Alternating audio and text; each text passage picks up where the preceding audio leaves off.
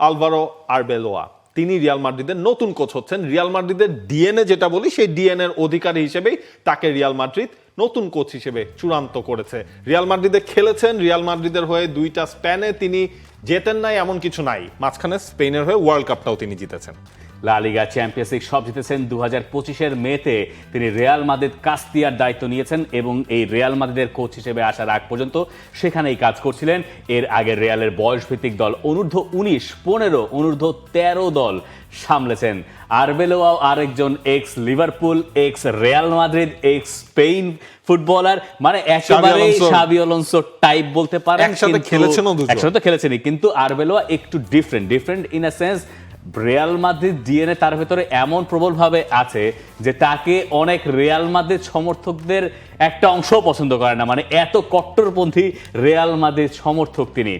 এবং তার জন্য এখন কাজটা হবে এরকম, এই যে দলটা যেটা ভিজিবলি একেবারে স্পষ্ট যে দলটার ভেতরে একটা মানে দলগত ব্যাপারই নাই, সেই দলটাকে সামলানো এবং বার্সেলোনার সঙ্গে দূরত্বটা কমিয়ে আনা লা লিগাতে, চ্যাম্পিয়ন্স লিগের দলটাকে প্রাইমারিলি টপ 8-এ রাখা, এরপরে রাউন্ড অফ 16 থেকে আরও একবার শুরু করা। ইন্টারিম কোচের আন্ডারে রিয়াল মাদ্রিদের আবার দুর্দান্ত ইতিহাস। জিনেদিন জিদান যখন এই দলের কোচ হয়েছিলেন তিনি ইন্টারিম, যদিও আরবেলোয়ার কন্ট্রাক্টে কোনো জায়গায় বলা নাই যে তিনি ইন্টারিম কোচ, বলা হচ্ছে এই সিজনের শেষ পর্যন্ত তিনি হেড কোচ হিসেবে থাকছেন রিয়াল মাদ্রিদের।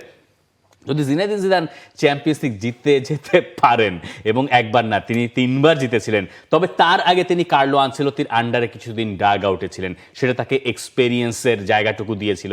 আর এক্সপেরিয়েন্সের দিক থেকে আরবেলোয়া জিদানের মতো অত বেশি নন, কিন্তু আরবেলোয়া এই দলটাকে মূলত নিয়ে যেই কাজটা করার চেষ্টা করবেন, যে টিমটাকে তিনি কোনো মতে, ঠিক আছে তোমাদের ভেতরে যে ঝামেলা আছে সেই ঝামেলাটা তোমরা সরিয়ে নাও, হয়তো প্লেয়ারদের কাছ থেকে তিনি শুনবেন যে তারা আসলে কি চায়, সম্ভবত সেই অনুযায়ী তিনি দলটাকে খেলানোর চেষ্টা করবেন। আরবেলোয়া এই জায়গাটাই হচ্ছে আপনার অনেকটা আনচেলত্তির মতোই, যে প্লেয়ারদেরই তিনি ফ্রিডম বা হচ্ছে গিয়ে প্লেয়ারদের পছন্দ অনুযায়ী তিনি নিজেকে হচ্ছে গিয়ে গেমের সিচুয়েশন অনুযায়ী তিনি অনেক কিছু চেঞ্জ করেন।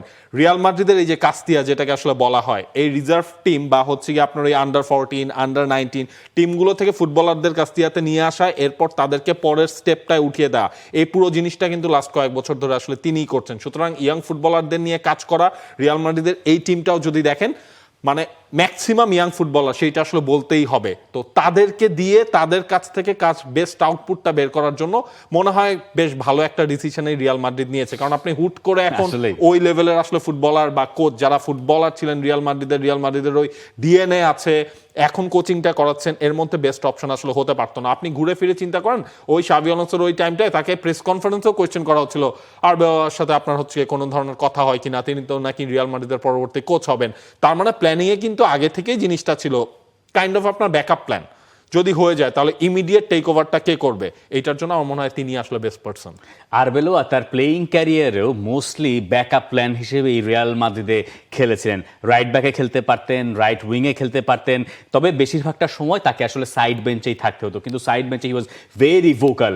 তিনি টিমটাকে লিড দিতেন। কখনো কখনো কারো কাছে মনে হতে পারে যে টিমের অ্যাক্টিং ক্যাপ্টেন হচ্ছেন আরবেলোয়া, এবং তিনি যখন এখন রিয়াল মাদ্রিদের দায়িত্বে আসবেন, এরপরে প্রেস কনফারেন্সে তিনি, আজকেই তো আপনার ট্রেনিং আছে এবং প্রেস কনফারেন্স তারটা দেখার মতো। তার প্রেস কনফারেন্সে তিনি সাধারণত যখন কথা বলেন তখন তিনি রাগ ঢাক রাখেন না, তার মনে যা আসে তিনি যা বিশ্বাস করেন, মিডিয়া কি লিখলো আর কি বললো তিনি এগুলো নিয়ে তোয়াক্কা করেন না। এখন রিয়াল মাদ্রিদের হেড কোচ হওয়ার পরে তিনি আরেকটু পরিণত কোনো একটা ব্যবহার করবেন কিনা বা আরেকটু সুশীল হিসেবে নিজেকে উপস্থাপন করবেন কিনা, ইটস আপ টু হিম, কিন্তু তার প্রেস কনফারেন্স হবে দেখার মতো।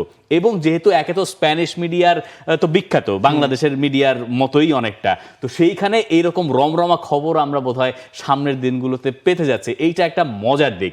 কিন্তু দলকে তিনি কিভাবে কাজ করাবেন, কি করবেন, এইটা এখনো দেখার বিষয়। অনেকে বলেন বা দাবি করেন যে তার সিস্টেম হচ্ছে গেগেন প্রেসিং, মানে সাধারণত যেটা হয় যে আজকালকার যুগে যারা কোচ হিসেবে এসেছেন সবাই তো মোটামুটি সিস্টেমের কোচ, আর স্প্যানিশ কোচ যারা আছেন তাদের একটা নির্দিষ্ট গাইডলাইন আছে, তার বাইরে তারা খুব একটা যেতে যেতে চান না। এখন এই যে প্রেসিংটা তিনি যদি আসলেই করাতে চান শাবি তাহলে আলোনসো তো সেটা করাতে আবার তো সেই চেয়েছিলেন, সেটা তো ঝামেলাটাই হিতে হবে। বিপরীত হয়েছে। হ্যাঁ, তো সেইটা তিনি হয়তো প্রথমেই করতে চাইবেন না। মানে জিদান ফার্স্টে কি করেছিলেন, জিদান যখন ইন্টারিম কোচ হিসেবে এলেন তখন তিনি প্রথমে নিজের জিনিসগুলো ইম্পোজ করতে চান নাই, তিনি ইম্পোজ করতে পেরেছিলেন 2017-18 মৌসুমটা, মানে দ্বিতীয়বার যখন তারা চ্যাম্পিয়ন্স চ্যাম্পিয়ন্স লিগ লিগ জিতলো। তখন কিন্তু রিয়াল মাদ্রিদের আসল পারফরমেন্সটা দেখা গিয়েছিল। আরবেলো সেই পথে হাঁটতে পারেন, তিনি এখানে গুরু হিসেবে জিনেদিন জিদানকেই মানতে পারেন যদি তিনি এই রিয়াল মাদ্রিদ নিয়ে ভালো কিছু করতে চান। দেখা যাক প্রেসিং এ কাজ হয় না, গেগেন প্রেসিং এ কি হয়, রিয়াল মাদ্রিদের চেহারা আসলে ফেরে কিনা তাদের সেই ফর্মের মতো। For more updates, subscribe to our YouTube channel and click on the bell icon. Follow us on Facebook and Instagram. Download T-Sports app to enjoy exciting games and highlights. Visit tsports.com.